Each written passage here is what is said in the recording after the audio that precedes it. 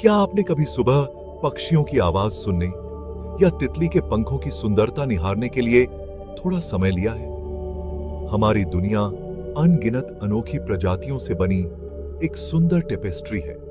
हर जानवर और पौधा, टाइगर से लेकर छोटे से छोटे जंगली फूल तक हमारे ग्रह को स्वस्थ रखने में एक जरूरी भूमिका निभाते हैं।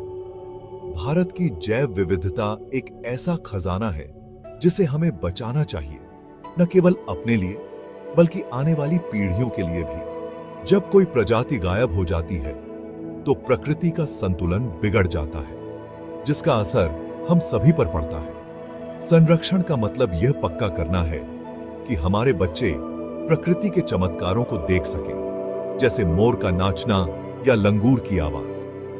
हमारे सबसे मजबूत औजारों में से एक खास कानून है जो हमारे जंगलों और वन्य जीवों की रक्षा करता है। आइए जानें कि यह कानून हमें भारत की अद्भुत प्राकृतिक दुनिया के रखवाले बनने में कैसे मदद करता है। भारत के संरक्षण प्रयासों के केंद्र में वन्य जीव संरक्षण अधिनियम 1972 है।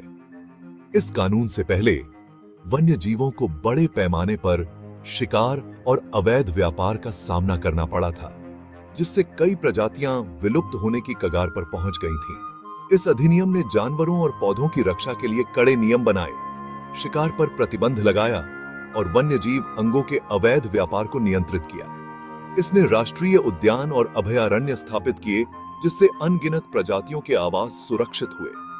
यह कानून दुर्लभ पौधों की भी रक्षा करता है, जंगलों से उनके संग्रह पर रोक लगाता है।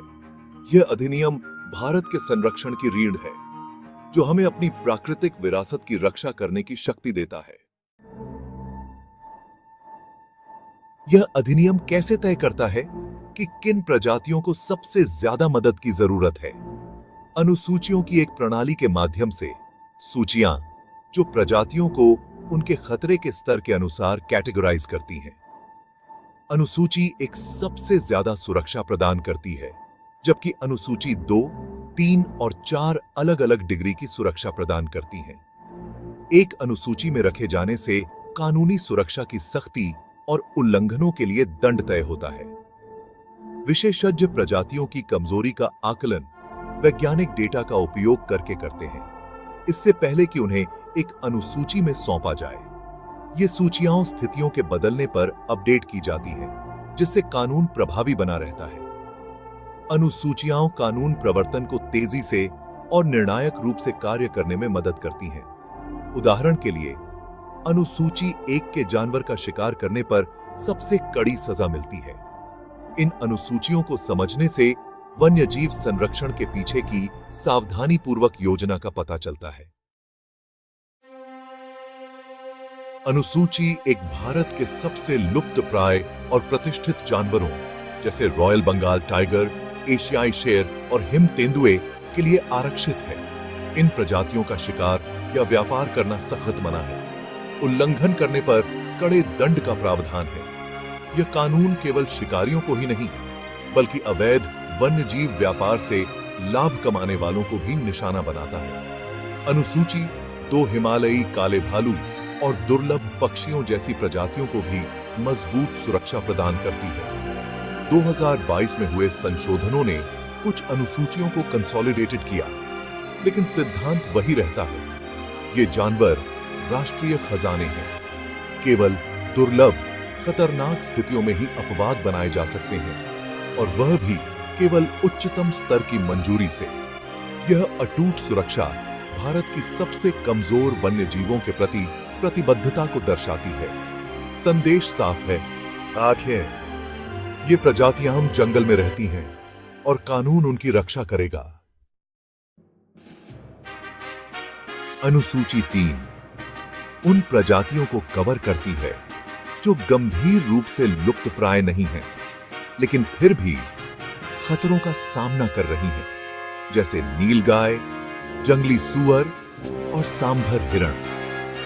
ये जानवर पारिस्थितिकी तंत्र के लिए महत्वपूर्ण हैं, शिकार के रूप में काम करते हैं और संतुलन बनाए रखते हैं। इनका शिकार करना अभी भी अवैध है, हालांकि दंड अनुसूची एक प्रजातियों की तुलना में कम गंभीर हैं। यह अधिनियम दुर्लभ पौधों की भी रक्षा करता है, जैसे पिचर प्लांट और ब्लू वैंडा ऑर्किड। जंगल से उनके संग्रह पर प्रतिबंध लगाकर पौधों की रक्षा करना महत्वपूर्ण है। वे पारिस्थितिकी तंत्र की नींव बनाते हैं और भोजन, आश्रय और दवा प्रदान करते हैं। अनुसूचियों में पौधों को शामिल करके कानून हमारी बोटैनिकल वेल्थ को आने वाली पीढ़ियों के लिए संरक्षित करता है। प्रत्येक संरक्षित प्रजाति, चाहे जानवर हो या पौधा, एक स्वस्थ ग्रह की दिशा में एक कदम है। वन्य जीव संरक्षण अधिनियम केवल एक कानून से कहीं ज्यादा है।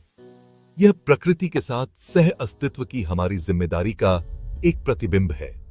एक शिकारी की हर गिरफ्तारी या अवैध वन्य जीव की जब्ती संरक्षण के लिए एक जीत है।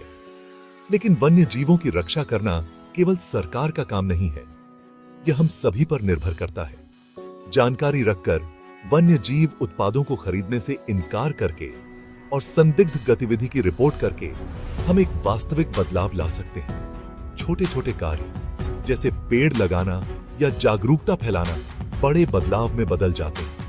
आइए हम अपने नेताओं से इन कानूनों को मजबूत और अच्छी तरह से लागू रखने का आग्रह करें। साथ मिलकर हम यह सुनिश्चित कर सकते हैं कि बाघ की दहाड़ और दुर्लभ फूलों का खिलना पीढ़ियों तक बना रहे। हमारे वन्य जीव हमारा गौरव है, उनकी सुरक्षा हमारा साझा कर्तव्य है।